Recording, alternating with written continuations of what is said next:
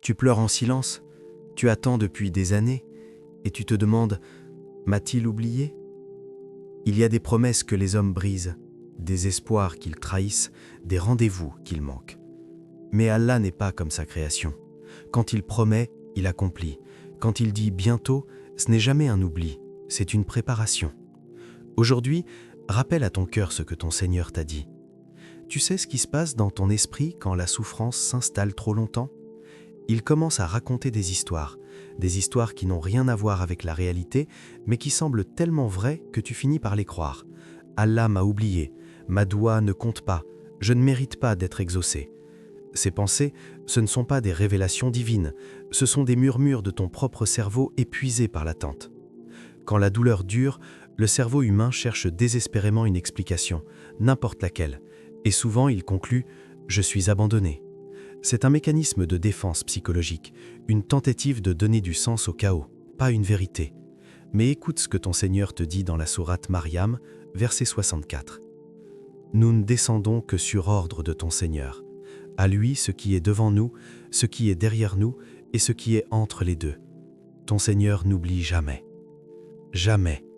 Pas une larme versée à 3 heures du matin, pas une prière chuchotée dans le silence, pas un instant où tu as levé les mains vers lui, même si ta voix tremblait. Imagine cette femme, une mère. Elle prie depuis 15 ans pour que son fils revienne à la prière. 15 années de doigts répétés, de nuits blanches, de larmes silencieuses. Elle vieillit, ses cheveux blanchissent, ses genoux faiblissent, et le doute s'installe. Peut-être qu'il ne m'écoute pas, peut-être que c'est trop tard. Puis un vendredi, sans prévenir, sans signe avant-coureur, son fils se lève. Il fait ses ablutions, il déroule le tapis et il se prosterne. Ce n'était pas de l'oubli, c'était le timing parfait d'Allah. Le moment où le cœur du fils était enfin prêt à s'ouvrir. Le moment où la graine plantée par les prières de la mère a enfin germé. Ce que tu appelles retard, Allah appelle préparation. Il y a une peur silencieuse qui habite le cœur des croyants. Une peur qu'on n'ose pas dire à voix haute, mais qui nous ronge de l'intérieur. Et si j'étais l'exception ? Tu lis les histoires des miracles, tu entends les témoignages des autres, tu vois comment Allah répond, comment il transforme, comment il dénoue l'impossible, et quelque part, une voix chuchote. Oui, mais eux, c'est différent. Moi, c'est autre chose. Ça marche pour les autres, pas pour moi. Cette pensée-là, elle ne vient pas de la foi, elle vient du désespoir qui essaie de se protéger d'une nouvelle déception. Mais regarde ce qu'Allah dit dans la sourate Ar-Rum, verset 6. La promesse d'Allah est vérité, mais la plupart des gens ne savent pas. Lis bien. Il n'a pas dit pour les pieux seulement, il n'a pas dit pour certains chanceux, il n'a pas mis de conditions géographiques, sociales ou spirituelles. Il a dit promesse, universelle, absolue, inébranlable. Pense à Youssouf, paix sur lui, un enfant de 12 ans qui voit un rêve magnifique. 11 étoiles, le soleil et la lune se prosternent devant lui, une promesse divine codée dans un songe d'enfant. Mais ensuite, jeté dans un puits obscur par ses propres frères, vendu comme esclave sur un marché poussiéreux, accusé faussement d'un crime qu'il n'a pas commis, emprisonné pendant des années dans une cellule froide où personne ne se souvient de son nom. Des décennies passent. Le rêve semble ridicule maintenant. Une illusion d'enfance, un espoir mort depuis longtemps. Pourtant, Allah n'avait pas oublié. Le décret était déjà écrit. La promesse était déjà scellée dans les cieux. Et un jour, tout bascule. Le prisonnier devient vizir, l'oublié devient roi. L'humilié devient celui devant qui ses frères se prosternent, exactement comme le rêve l'avait annoncé. Pas une seconde avant le moment choisi par Allah, pas une seconde après. Le timing divin ne se trompe jamais. Si Allah t'a promis quelque chose, considère-le déjà accompli dans l'invisible. Le silence, c'est peut-être la chose la plus difficile à supporter dans la relation avec Allah. Tu invoques, tu pleures, tu supplies et rien. Pas de signe, pas de changement visible, juste un vide qui semble confirmer tes pires craintes. Il ne m'écoute pas. Nous sommes programmés pour interpréter le silence comme un refus. Dans les relations humaines, quand quelqu'un ne répond pas, c'est souvent un rejet. Alors notre cerveau transpose cette logique sur Allah. Erreur fatale.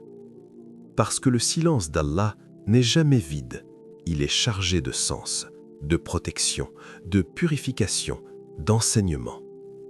Le prophète sallallahu alayhi wa sallam nous a enseigné dans un hadith authentique rapporté par Bukhari. Lorsque l'un de vous invoque Allah, qu'il ne dise pas « Oh Allah, pardonne-moi si tu veux », mais qu'il soit déterminé dans sa demande, car personne ne peut contraindre Allah.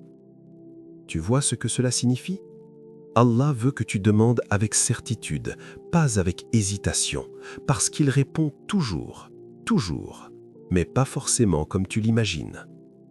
Quand Allah retarde ta demande, ce n'est pas de l'indifférence, c'est de la sagesse calculée au millimètre près.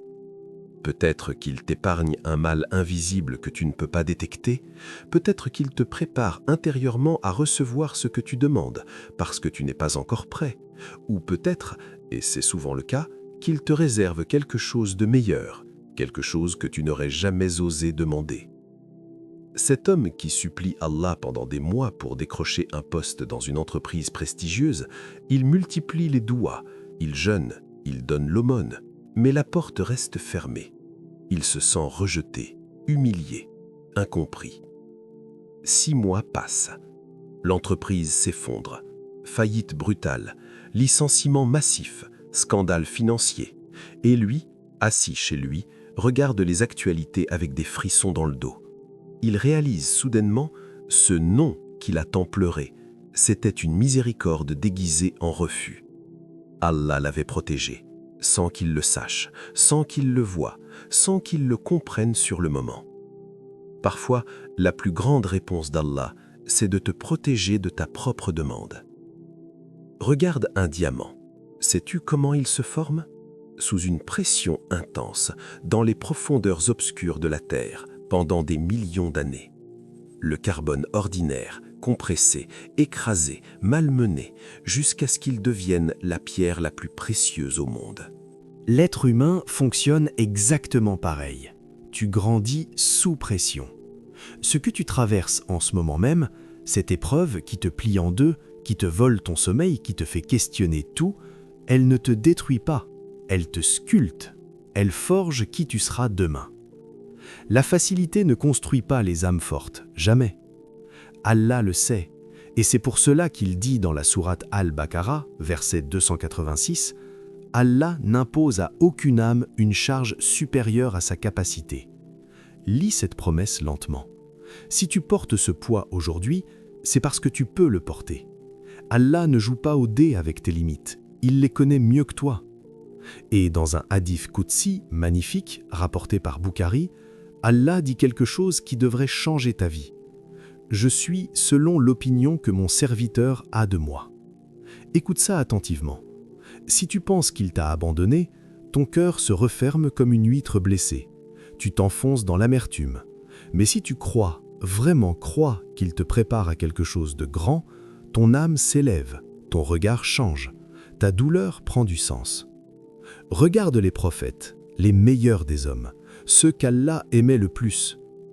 Ibrahim, jeté vivant dans un brasier ardent par son propre peuple, Moussa, fuyant l'Égypte seul, traqué, marchant pieds nus dans le désert brûlant, Mohammed, sallallahu alayhi wa sallam, orphelin à 6 ans, perdant sa mère, son père avant même sa naissance, son grand-père, puis sa femme bien-aimée, Khadija, puis ses enfants, un par un, des épreuves à briser n'importe qui. Pourtant, regarde ce qu'ils sont devenus.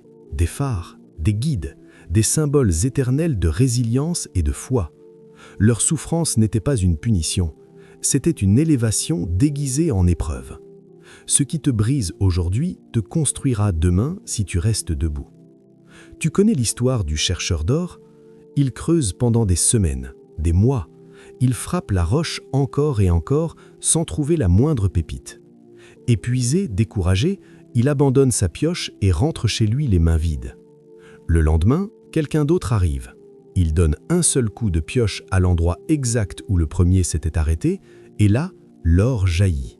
Un seul coup, une seule seconde de différence entre l'échec et le miracle. C'est l'histoire de nos vies. Nous abandonnons souvent juste avant que tout bascule, pas par manque de courage, mais parce que la douleur nous épuise, parce que l'espoir commence à ressembler à de la naïveté, parce qu'on se dit « à quoi bon continuer ?»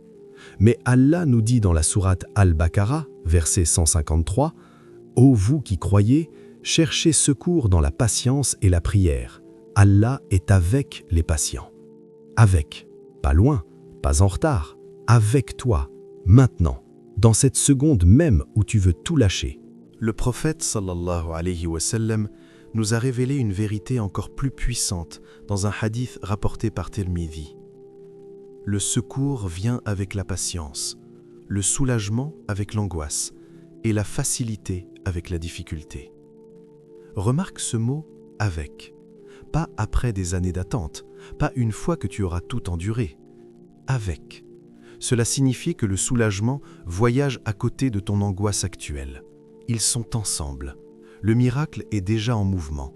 Tu ne le vois simplement pas encore. Cette femme qui rêve d'être mère depuis une décennie, 10 ans de traitements médicaux, d'injections douloureuses, de déceptions mensuelles, 10 ans à supplier Allah dans le silence de la nuit. Puis un jour, elle s'arrête. Elle accepte. Elle lâche prise. Elle dit « Ya Allah, je te confie mon désir ». 2 mois après, elle découvre qu'elle est enceinte, naturellement, sans traitement, sans explication médicale. Le miracle attendait juste qu'elle fasse de la place dans son cœur, qu'elle cesse de contrôler, qu'elle fasse confiance au timing parfait d'Allah. La patience, ce n'est pas attendre passivement en regardant l'horloge, c'est espérer activement en gardant ton cœur vivant.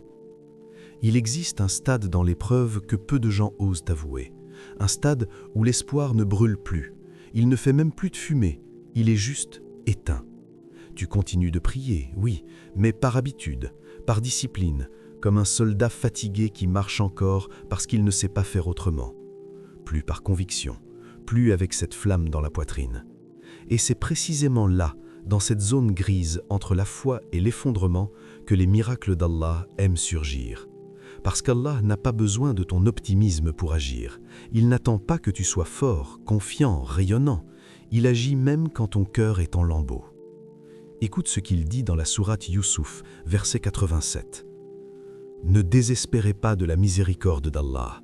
Seuls les mécréants désespèrent de la miséricorde d'Allah. » C'est un ordre, pas une suggestion.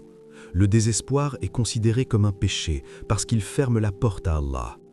Mais l'espoir est un acte de foi pur, même fragile, même tremblant, même si ta voix se brise quand tu invoques. Continue de lever tes mains, même si tu ne sens rien, car Allah répond même aux prières des cœurs brisés, surtout aux prières des cœurs brisés. Regarde Zacharia, paix sur lui, un vieillard aux os fragilisés, aux cheveux complètement blancs, marié à une femme stérile depuis toujours. Biologiquement, médicalement, humainement parlant, c'est impossible.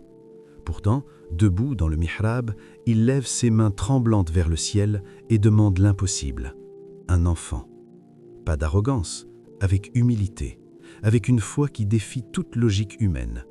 Et Allah, celui qui crée à partir du néant, lui répond. Il lui donne Yahya, un prophète béni, pur, extraordinaire. Un enfant né de l'impossibilité même. Quand la médecine dit non, Allah dit oui. Quand la raison dit jamais, Allah dit maintenant. Quand toutes les portes terrestres se referment une par une, Allah ouvre des cieux entiers que tu ne soupçonnais même pas. Quand les portes se ferment, Allah ouvre des cieux. Écoute-moi bien, tu n'es pas oublié. Ton nom est gravé dans la science d'Allah depuis avant ta naissance. Tes larmes sont comptées, tes prières sont enregistrées, ton épreuve a une date d'expiration. Et ce jour-là, tu comprendras, tu verras pourquoi il a fallu attendre, pourquoi il a fallu pleurer, pourquoi il a fallu tenir. Parce qu'Allah prépare pour toi plus grand que ce que tu imaginais, plus beau que ce que tu demandais, plus juste que ce que tu espérais. Alors continue, même dans le noir, même dans le silence, même quand tu ne sens plus rien, car Allah t'a dit « je n'ai pas oublié ». Et quand Allah dit, il fait, pas selon ton calendrier, selon sa sagesse. Et ce jour-là, tu diras « Ya Rabbi, c'était parfait, merci d'avoir attendu, merci de ne jamais m'avoir abandonné ». La promesse d'Allah ne se brise pas, c'est ton doute qui se brise devant elle.